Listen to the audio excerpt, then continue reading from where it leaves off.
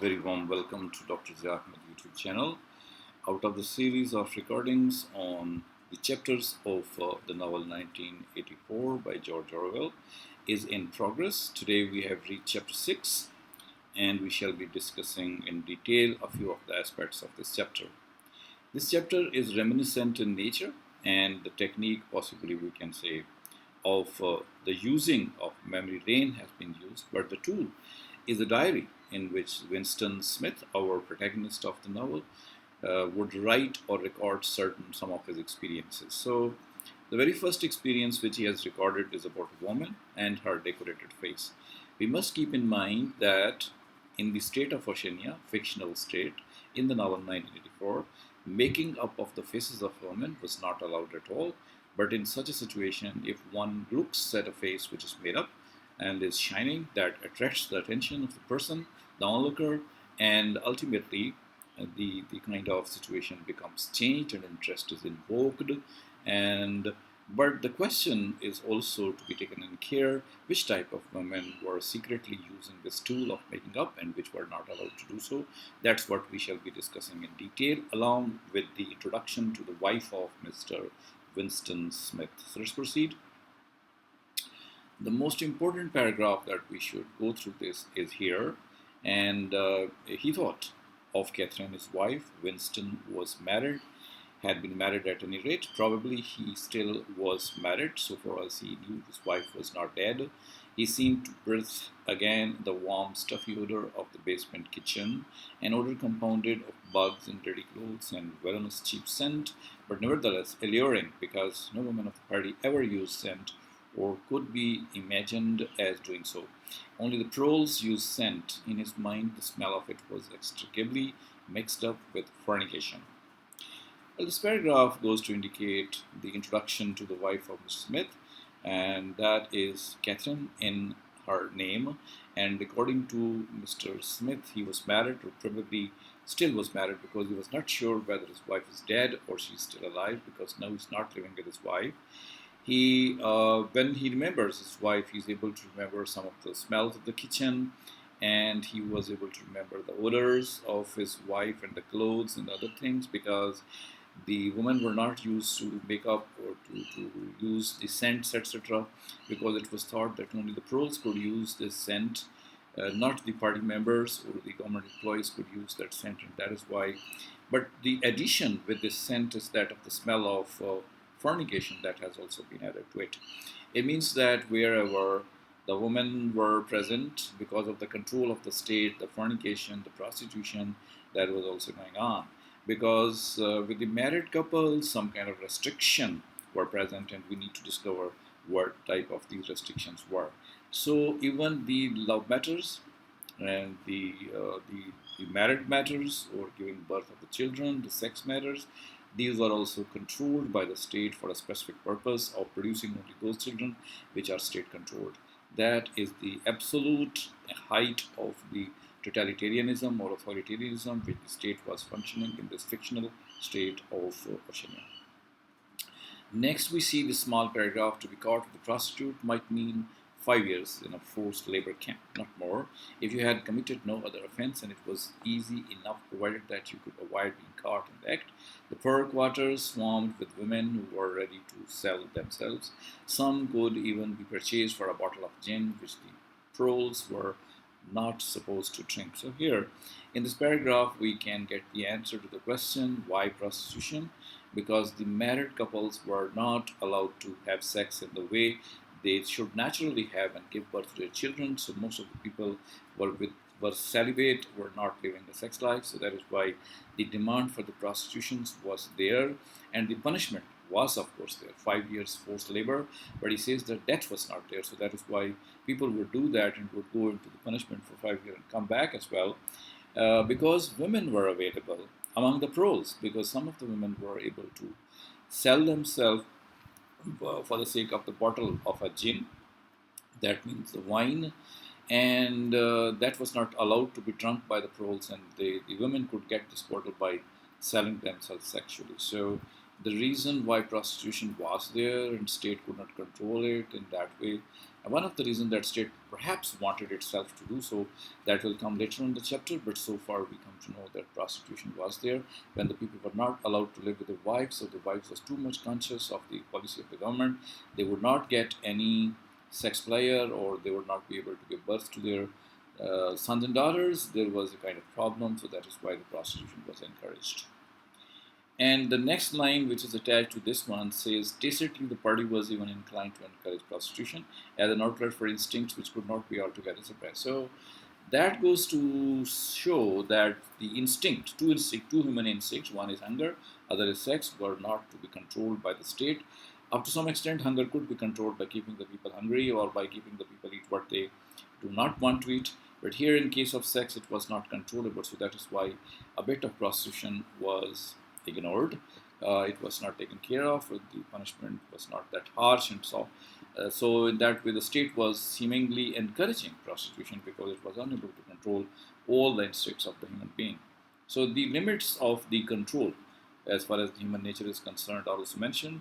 That even if you control all life, language, literature, and the property and the jobs and the incomes of the people, but you cannot control their sexual urges or hunger urges at all.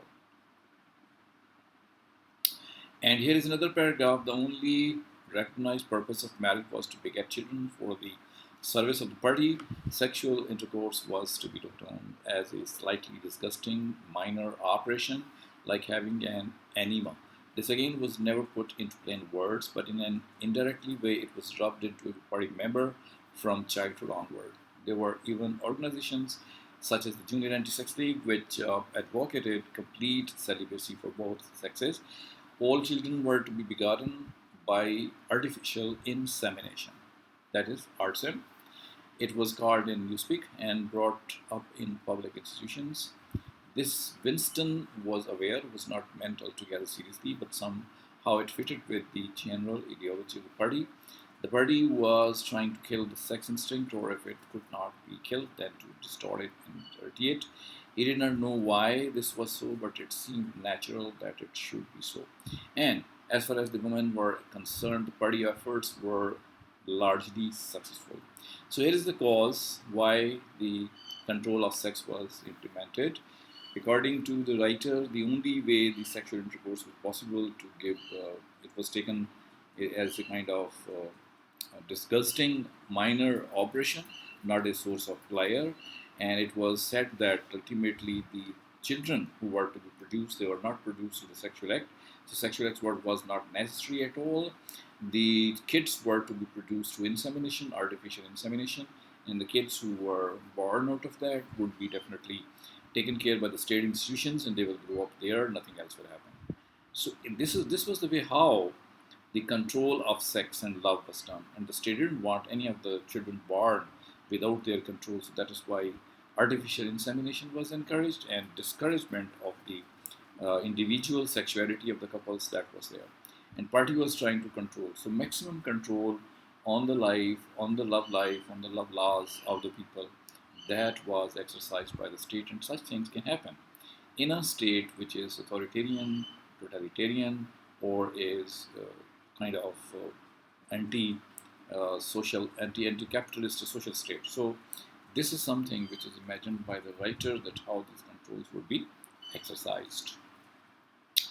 And then Catherine, once again, Catherine, the wife of Mrs. Smith, was tall, fair-haired girl, very straight, with splendid movement. She had a bold, accurate face, a face that one might have called noble, until discovered that there was, as nearly as possible, nothing behind it. Very early in her married life, he had decided, that perhaps it was only that he knew her more intimately than he knew most people, that she had, without exception, the most stupid, vulgar, empty mind that he had ever encountered. She had not a thought in her head, there was not a slogan, and there was no imbecility, absolutely none, that she was not capable of swallowing it if the party handed it out to her. The human soundtrack, he nicknamed her in his own mind, yet he could have endured living with her if it had not been for just one thing, sex.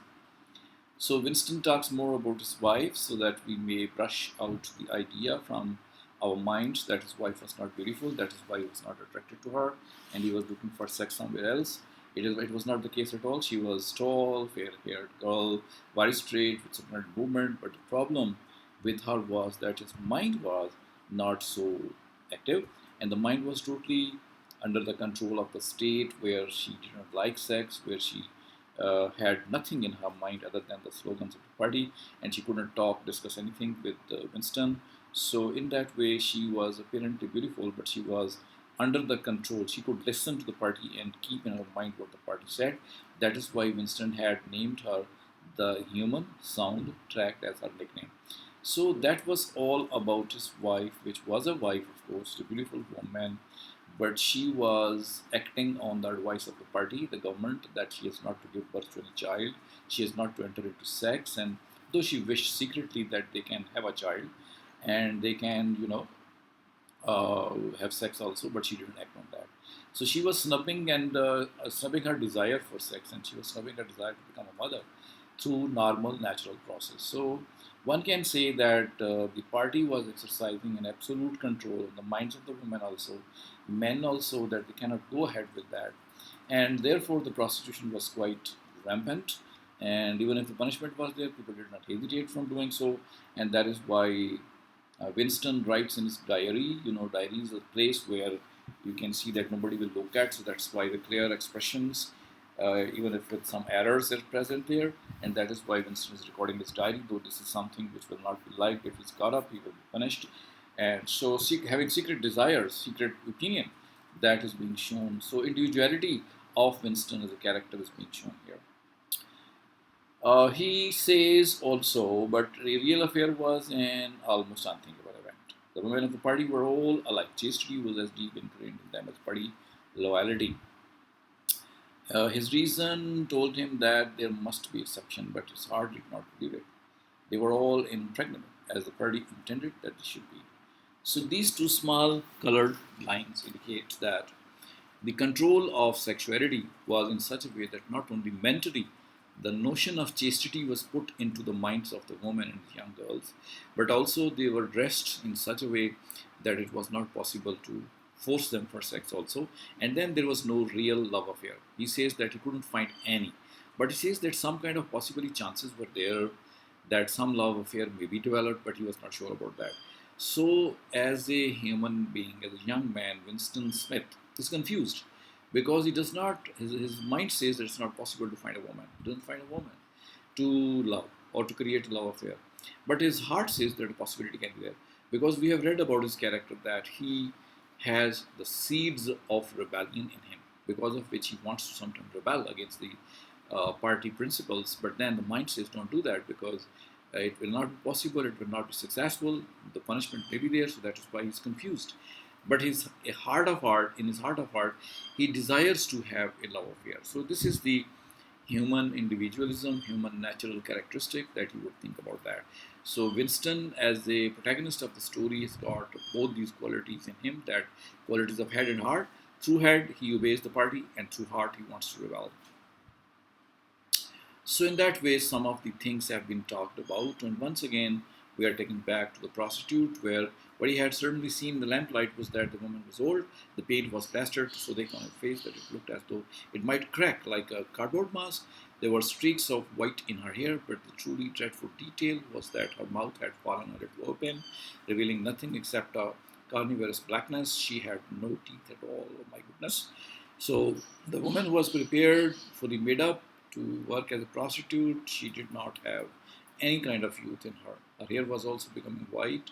She was so much old, only the makeup things had prepared her, but that was also visible. It was a type of cardboard mask, it was appearing like. And then she did not have the mouth as the normal, youthful mouth of a woman is there. If she opened, there was a blackness only, no teeth were present. So such a woman was a prostitute. My goodness, that was the kind of compulsion of the woman, that she became in the market in such a way at such an age. That is the misery or the problematic situation that was present in that fictional state. So in that way, the chapter highlights the results and the consequences of the control of sexuality of the people, that not only the fornication but also prostitution as a result was growing, but along with that, some of the people had become so fed up with their life that they didn't want to lead it like that. So over control and oppression was leading to the rebellion in the minds of the people like Winston Smith. So that's all about this chapter number 6. Hope that you have enjoyed it. If so, do not fail to hit the subscribe button and the like button and the comment if you want to add. Sometime I may be answering. See you in some next video very soon. Thank you for watching.